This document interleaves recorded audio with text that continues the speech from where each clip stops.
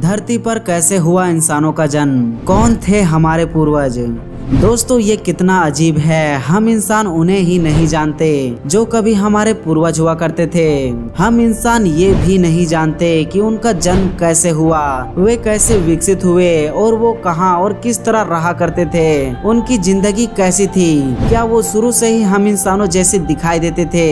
दोस्तों ऐसे कई सारे सवाल है जिसे आप और शायद हर इंसान जानना चाहता है। तो चलिए दोस्तों आज के इस वीडियो में हम आपको बताएंगे इंसानों की उत्पत्ति कैसे हुई, कौन थे हमारे पूर्वज और क्या हमारे पूर्वज अभी तक जीवित है या नहीं। दोस्तों इन सभी सवालों के जवाब जानने के लिए चलिए जल्दी से वीडियो शुरू करते हैं। मनुष्य की उत्पत्ति।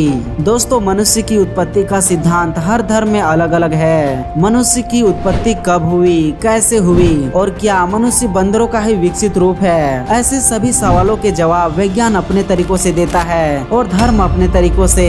पर दोस्तों यहाँ पर हम आपको दोनों ही सिद्धांत बताएंगे, इसलिए आप इस वीडियो के अंत तक बने रहना। दोस्तों विज्ञान और वैज्ञानिकों के इतने प्रयासों के बावजूद भी पृथ्वी पर जीवन की उत्पत्ति कैसे हुई, इसका अभी तक कोई सटीक प्रमाण नहीं दे पाया है। यह अभी तक एक रहस्यमय पहेली ही बनी है।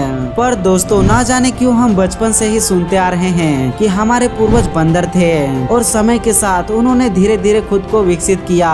पर दोस्तों हम बंदर से इंसान कैसे बने, इस बात का पता लगाया था चार्ल्स डार्विन ने। डार्विन की किताब on the origin of species 24 नवंबर 1859 ईस्वी को पब्लिश हुई थी। इस किताब में एक चैप्टर था ह्यूमन ऑफ इवोल्यूशन। इस चैप्टर में यह बताया गया कि कैसे हम बंदर से इंसान बने। चार्ल्स डार्विन का मानना था कि हम सभी के पूर्वज एक ही हैं और वो है बंदर। इस किताब में ये भी बताया गया कि जब डायनासोर का अंत हुआ और हमारी धरती फिर से बदलने लगी, तब हमारे पूर्वज और अन्य जीव अलग अलग तरीकों से रहने लगे।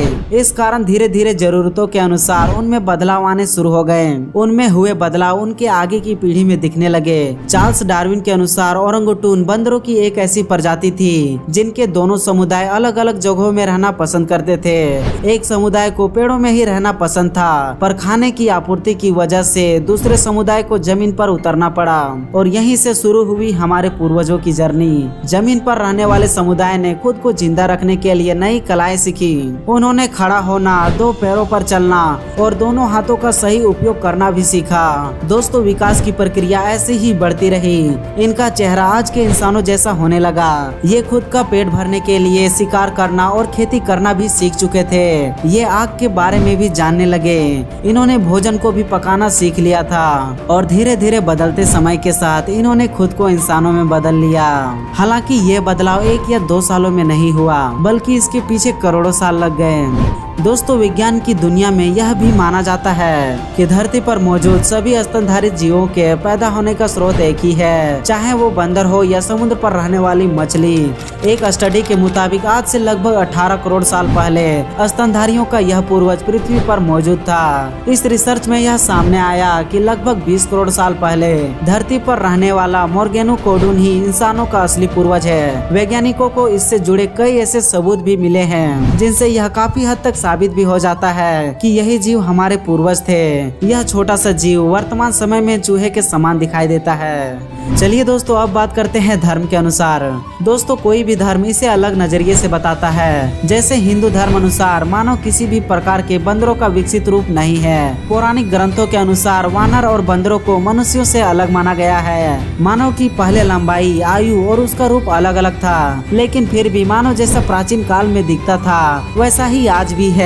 बस उसके शरीर से बालों की मात्रा कम हो गई है। जिस तरह वानरों और बंदरों की कई सारी प्रजातियां होती है, ठीक उसी तरह मनुष्यों की भी कई प्रजातियां थी और उनमें से आज भी कुछ प्रजातियां जंगलों में ही निवास करती है।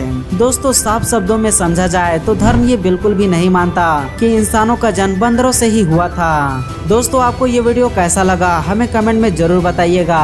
तो दोस्तों आज के लिए बस इतना ही। आशा करता हूँ ये वीडियो आपको पसंद आई होगी और वीडियो पसंद आने पर क्या किया जाता है ये आप अच्छी तरह जानते हो। तो दोस्तों मिलते हैं अगली वीडियो में, तब तक के लिए धन्यवाद।